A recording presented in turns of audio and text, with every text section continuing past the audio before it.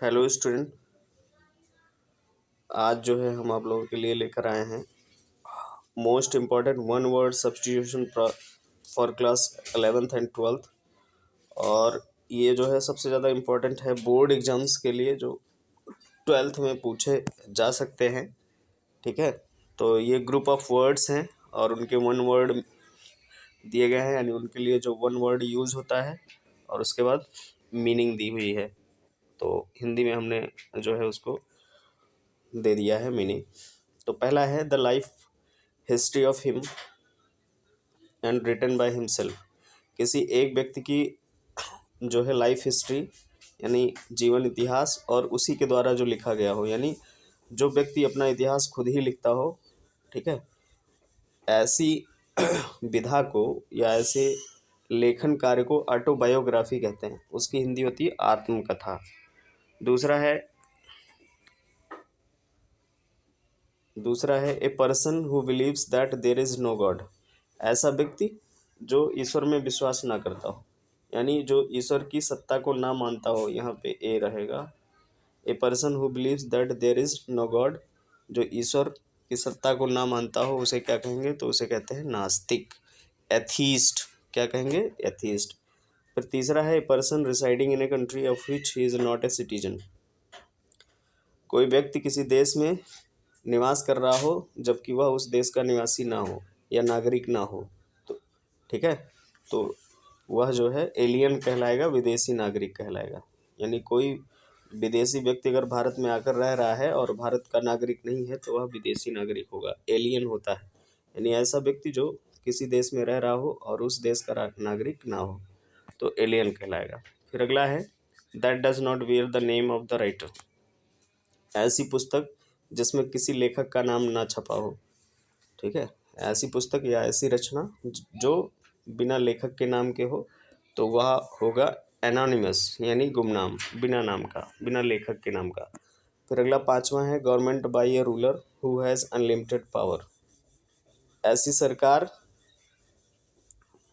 ठीक है, ऐसी सरकार जो एक व्यक्ति के हाथ में हो जिसकी असीमित शक्ति हो, जिसके हाथ में जो है असीमित शक्ति हो, तो वो है ऑटोक्रेसी। ऑटोक्रेसी एक व्यक्ति का शासन। ठीक है, एक व्यक्ति का शासन। फिर है छठा है a diplomatic representative of one country in another. यहाँ पे फोन टाइप हो गया है, इसके स्थान पे वन होगा, वन। तो a diplomatic representative of one country in another.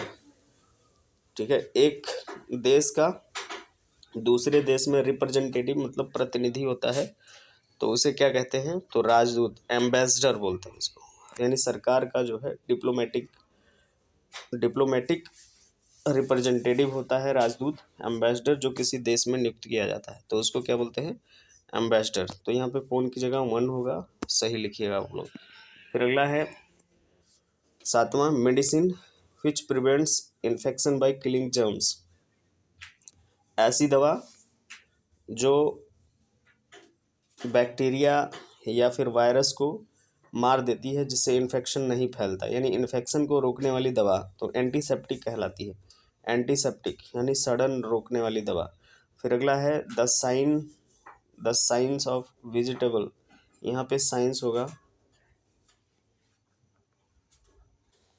The science of vegetable life. ठीक है, तो घास फूस या वनस्पतियों के जीवन या वनस्पति जीवन के का विज्ञान जो है क्या कहलाता है? तो बॉटनी यानी वनस्पति विज्ञान कहलाता है। ठीक है, वेजिटेबल लाइफ मतलब वनस्पति जीवन होता है। The science which treats of life. The science which treats of life, जीवन के बारे में अध्ययन करने वाला विज्ञान कहलाता है बायोलॉजी, जिसको जीव विज्ञान हम जानते हैं। Government by the officials.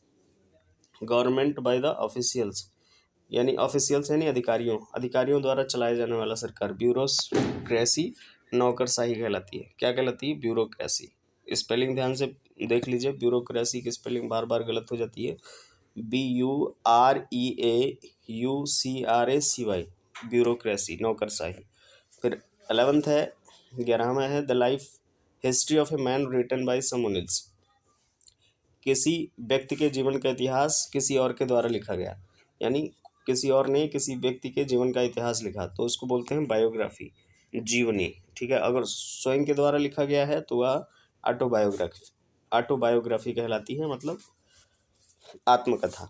फिर 12th है one who has narrow and the prejudiced religious views, कोई ऐसा व्यक्ति जो जो है अपने धर्म में बहुत अधिक विश्वास करता हो और उसकी सोच संकीर्ण हो, संकीर्ण मतलब नैरो माइंडेड हो, तो उसको बाइगॉट बोलते हैं, यानी धर्मांध या कट्टर। ठीक है, यानी अपने धर्म से ऊपर किसी को ना मानना ही क्या कहलाता है, बाइगॉट या कट्टर कहलाता है। तीसरा है a man who Yeats human flesh, मनुष्य की मांस को खाने वाले को क्या कहते हैं, कैनिबल, नरभक्षी। क्या कहते हैं, नरभक्षी या कैनिबल।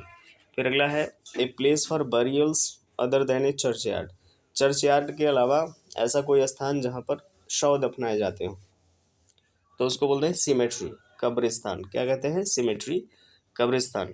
फिर अगला है a place for cremation of dead bodies, ऐसा स्थान जहाँ पर शव को यानी डेड बॉडीज को यानी जो है मृत व्यक्तियों को जलाया जाता हो। क्रिमेशन मतलब होता है जलाना, तो क्रिमेटोरियम शमशान या मुर्दा जलाने का स्थान होता है क्रिमेटोरियम। फिर 16th है people working together in the same office और डिपार्टमेंट, एक ही ऑफिस में या एक ही विभाग में काम करने वाले क्या कहलाते हैं, तो कलीग्स कहलाते हैं, सहकर्मी।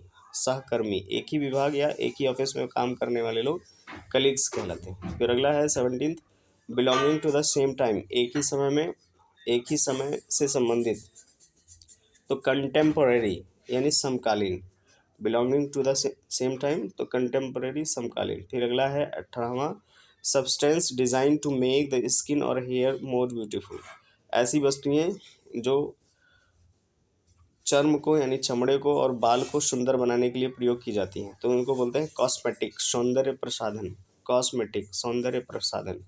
फिर अगला है 19th the state of being unmarried, हमेशा जो है यानी पूरा जीवन अनमैरिड रहना यानी अविवाहित रहना तो उसको बोलते हैं सेलिबेसी, ब्रह्मचर्य।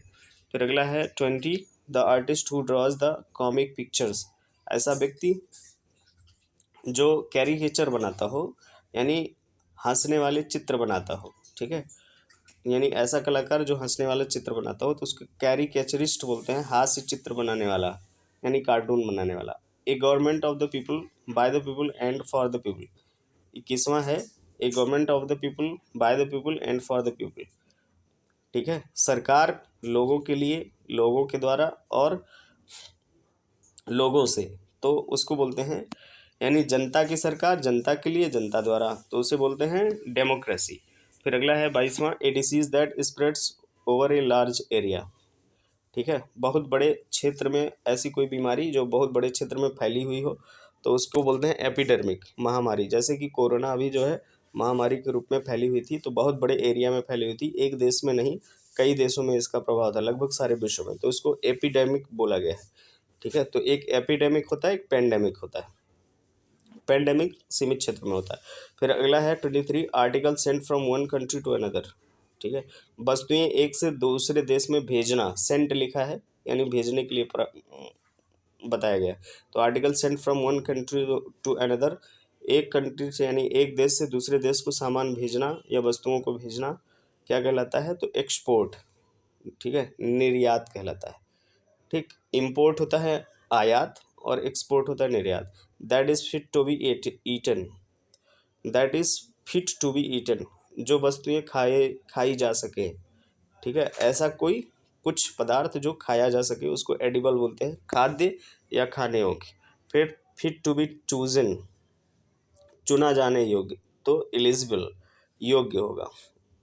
ठीक है, 25वां है फिट टू बी चूजन, चुना जाने योग्य यानी एलिजिबल, योग्य। फिर उसके बाद a person who leaves his country and goes to live in another, एक व्यक्ति जो अपना देश छोड़कर दूसरे देश में रहने के लिए जाता हो तो उसको एमिग्रेंट बोलते हैं। एमिग्रेंट, EMIGRANT, एमिग्रेंट, प्रवासी। जैसे कुछ लोग कमाने के लिए जो है दुबई वगैरह जाते हैं, अन्य देशों में जाते हैं तो वो एमिग्रेंट। फिर one who believes in fate, 27वां है one who believes in fate, जो भाग्य में विश्वास करता है तो उसको फैटलिस्ट बोलते हैं, भाग्यवादी, फैटलिस्ट भाग्यवादी। फिर अगला है 28 दैट मे कॉज डेथ, ठीक है, किसी कारणवश जिससे मृत्यु हो जाए, तो यानी ऐसा कोई कारण जिससे मृत्यु का डर हो तो फैटल, उसको क्या बोलते हैं, फैटल, घातक। फिर एम 29वां है a medicine that kills germs, a medicine that kills germs, ठीक है, तो कीटाणुओं को मारने वाली दवा जर्मिसाइड कहलाती है, जर्मिसाइड, कीटनाशक। फिर अगला है 30वां a person who eats too much, एक ऐसा व्यक्ति जो बहुत ज़्यादा खाता हो तो उसको बोलते हैं ग्लटन, ग्लटन, पेटू, क्या बोलेंगे उसे, पेटू। फिर 31 है for which no salary is paid, ऐसा पद जिसके लिए सैलरी नहीं दी जाती तो वो कहलाती ऑनरेरी, ऑनरेरी, अवैतनिक, यानी ना वेतन ना दिया ना दिया जाने वाला पद, ठीक है, तो बहुत सारे पद अवैतनिक होते हैं भारत में, ठीक। तो अगला है 32 killing of a human being specially by another, killing of a human being specially by another, यानी एक व्यक्ति द्वारा दूसरे व्यक्ति की हत्या, तो वो क्या कहलाती है, होमिसाइड, नर हत्या, क्या कहलाती है, होमिसाइड, नर हत्या। 33 है a person who comes to one country from another in order to settle there, एक व्यक्ति एक देश को छोड़कर दूसरे देश में सेटल होने यानी परमानेंट निवास के लिए आता है तो उसको इमिग्रेंट बोलते हैं, इमिग्रेंट, IMMIGRANT, अप्रवासी, ठीक है, अप्रवासी। फिर 34 है that can not be heard, that can not be heard, जो सुना ना जा सके, तो इनऑडिबल, ना सुना जा सकने योग्य। फिर अगला है 35 फिफ्थ है that is difficult to believe, विश्वास जो विश्वास करने योग्य ना हो या जिस पर हम विश्वास बड़ी कठिनता से कर पाएँ तो उसको बोलते हैं इनक्रेडिबल, ठीक है, अविश्वसनीय, इनक्रेडिबल। फिर अगला है 36 दैट कैन नॉट बी कंक्वेर्ड, कंक्वेर्ड मतलब जीतना होता है, जिस पर विजय ना प्राप्त की जा सके तो वह होता है इनविंसिबल, अजेय, इनविंसिबल, अजेय। फिर 37 है the killing of a new born child, the killing of a new born child, ठीक है, नवजात शिशु की हत्या तो इन्फेंटिसाइड होता है, इन्फेंटिसाइड, बाल हत्या, इन्फेंटिसाइड, बाल हत्या। फिर अगला है 38 that can not be removed, indelible, क्या है, इंडेलिबल, यानी जिसे ना हटाया जा सके तो उसको बोलते हैं अमिट, इंडेलिबल। फिर अगला है 39 that is contrary to law, that is contrary to law, यानी जो कानून के विरुद्ध हो तो वो कहलाता है इलीगल, अवैधानिक, अवैधानिक, जो विधान से ना हो, विधान द्वारा ना हो। फिर 14 है one who knows many languages, जो बहुत सी भाषाओं को जानता हो तो उसको बोलते हैं लिंग्विस्ट, बहुभाषी, क्या बोलते हैं उसे, लिंग्विस्ट। फिर अगला है hand written matter, hand written matter, ठीक है, हाथ से लिखा हुआ जो है मैटर या हाथ से लिखी हुई वस्तु तो उसको बोलते हैं मैन्युस्क्रिप्ट, हस्तलिखित या पांडुलिपि, पांडुलिपि या हस्तलिखित, मैन्युस्क्रिप्ट। फिर अगला है 42 person who is cause to suffer for a great cause, person who is caused to suffer for a great cause, ठीक है, फॉर ए ग्रेट कॉज, यानी किसी कारण द्वारा किसी व्यक्ति की जो है मृत्यु, कॉज टू सफर मतलब होता है मृत्यु, तो किसी महान कार्य के कारण जो है किसी व्यक्ति की मृत्यु हो जाना ही कहलाता है मार्टायर, यानी शहीद हो जाना, शहीद। फिर अगला है a place where dead bodies are kept before postmortem, postmortem के पहले, ठीक है, जहाँ पर डेड बॉडीज को रखा जाता है उस स्थान को क्या कहते हैं, क्या कहते हैं, तो मॉर्चुरी कहते हैं, मॉर्चुरी, मुर्दा घर। फिर 44 है a person who hates mankind, जो मानव जात से घृणा करने वाला व्यक्ति हो तो उसको मिसेंथ्रोपिस्ट बोलते हैं, मिसेंथ्रोपिस्ट, मानवता से घृणा करने वाला, ठीक है। फिर अगला है 45 ए person who looks at the bright side of things, bright side of things, ठीक, ऐसा व्यक्ति जो किसी भी वस्तु के लिए हमेशा जो है आशावान बना रहे तो उसको ऑप्टिमिस्ट बोलते हैं, यानी आशावादी व्यक्ति को ही जो है ऑप्टिमिस्ट बोलते हैं। ए person who looks at the bright side of things, ठीक है, यानी किसी भी वस्तु की तरफ धनात्मक पक्ष की ओर देखने वाला व्यक्ति, यानी किसी वस्तु में धनात्मक पक्ष की ओर देखने वाला व्यक्ति जो है ऑप्टिमिस्ट कहलाता है, आशावादी। फिर अगला है 46, a child whose parents are dead, बालक या बच्चा जिसके माता पिता जीवित ना हो तो उसको ऑर्फन कहा जाता है, अनाथ, ऑर्फन। फिर अगला है ऑल पावरफुल, ऑल पावरफुल जिसके पास संपूर्ण शक्तियाँ हो तो उनको उसको बोलते हैं ओमनीपोटेंट, यानी सर्वशक्तिमान। क्या बोलते हैं उसको? ओमनीपोटेंट, सर्वशक्तिमान। फिर अगला है holding conventional beliefs in matter of religious, holding conventional beliefs in matter of religious, धार्मिक मामलों में, धार्मिक मामलों में जो है हमेशा प्राचीन बातों को ही मानना, तो क्या कहलाता है वो? ऑर्थोडॉक्स, यानी रूढ़िवादी, ऑर्थोडॉक्स, रूढ़िवादी। फिर अगला है 49, हु इज़ प्रेजेंट एवरीवेयर, जो सर्व हर जगह विद्यमान हो तो उसको बोलते हैं ओमनी प्रेजेंट, यानी ईश्वर, सर्वव्यापी, ओमनी प्रेजेंट। फिर अगला है 50th यानी 50वां, वन हु नोज एवरीथिंग, जिसे सब कुछ पता हो तो ओमनी साइंट, ओमनी साइंट, तो ये सर्वज्ञ या सर्वज्ञाता बोलते हैं। तो ये जो है आपका है एग्ज़ाम की दृष्टि से बहुत ही इम्पोर्टेंट है। और 2 प्रश्न आपसे, यानी 2 सब्स्टिट्यूशन वर्ड पूछ लिए जाएंगे आपसे लिखने के लिए, ठीक है।